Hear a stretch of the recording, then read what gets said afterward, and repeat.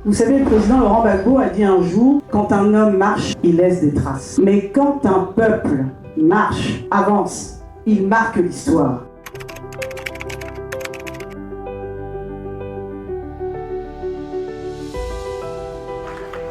On a voulu pouvoir que ça, pouvoir que ça. Madame la chef de délégation, dans le cadre donc du Front commun PPACI et DCI que nous avons formé, parce que c'est dans l'union qu'on est fort, c'est dans l'union qu'on a plus d'idées, pas pour aller en guerre, pas pour aller faire des palabres, non, mais dans la paix, dans l'ordre, dans la justice. Madame la chef de délégation, nous vous écoutons pour que vous puissiez nous donner les mots justes, vous puissiez nous dire les choses justes pour que nous allions, n'est-ce pas, relever ce défi. Merci beaucoup parce que, il faut le dire, idéologiquement, nous sommes différents. Mais qu'est-ce que nous avons en commun? La Côte d'Ivoire.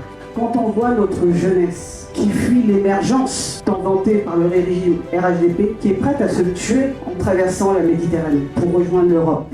Quel est ce pays émergent qui nous vante un paradis ici en Côte d'Ivoire que notre jeunesse fuit pour l'enfer de l'Europe? Quel est ce pays où on a peur de s'exprimer, on risque de finir en prison? Quel est ce pays où les parents ont peur quand leurs enfants s'engagent en politique? Est-ce normal? Je dirais qu'il était de la responsabilité politique du PDCI et du PPACI de faire front commun pour sauver la Côte d'Ivoire. Nous n'avions pas d'autre choix pour sauver la Côte d'Ivoire que de s'unir. Parce qu'au-delà de nos divergences, la logique républicaine et l'amour du pays nous a amenés à nous unir. Le Front commun a marché le 9 août. Nous avons marché à Yopougon, dans les rues, dans les quartiers. Et en réalité, ce qui a choqué le monde, c'est qu'ils s'attendaient à voir juste deux partis marcher et ils ont vu le peuple en marche. Et ce jour-là, nous avons marché pour dire non au 4e mandat. Nous avons marché pour dire non à cette CEI. Nous avons marché contre cette liste électorale. Nous avons marché pour l'état de droit. Nous avons marché pour sauver ce qui reste de la République. Et quand on a marché ce jour-là, le pouvoir a eu peur. Et puis le 16 août, le président Laurent Gbagbo a parlé et il a encore dit non au 4e mandat. Aujourd'hui, nous sommes ici, après avoir marché, après avoir parlé, et les gens se demandent qu'allons-nous faire. Cette tournée de mobilisation du Front commun, c'est pour dire le 4e mandat ne passera pas. Il faut qu'on soit ferme. Et c'est le message du Front commun. On résiste et on résiste.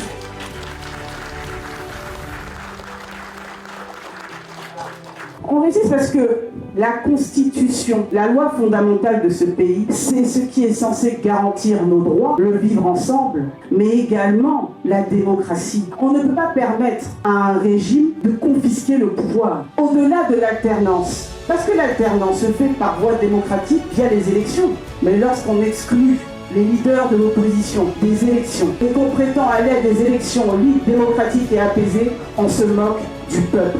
Je dirais, c'est comme un voleur. Il dit, je vous ai déjà volé 2 fois, pourquoi je ne vous volerai pas une 3e fois? Et puis, je vous ai déjà volé 3 fois, et pourquoi je ne pourrais pas voler une 4e fois? Parce que c'est illégal, tout simplement. Parce que c'est illégal. C'est pas parce que tu ne t'es pas fait prendre pour les 3 premières fois que tu ne te feras pas arrêter la 4e. Cet argument est, je dirais, vraiment absurde et ridicule. La répétition d'une infraction, la répétition d'une illégalité ne la rend pas légale. La répétition de la violation de la Constitution ne la rend pas moins anticonstitutionnelle. Je dirais c'est même l'ivresse du pouvoir. Ça ne passera pas. L'article 55 de la Constitution est donc très clair. Il dit non à Ouattara. Il dit non fermement à Ouattara. Tu peux pas. C'est la Constitution et uniquement la Constitution dans ce pays qui fixe les règles pour être candidat à l'élection présidentielle. Parce que la Constitution est l'émanation du peuple, directement.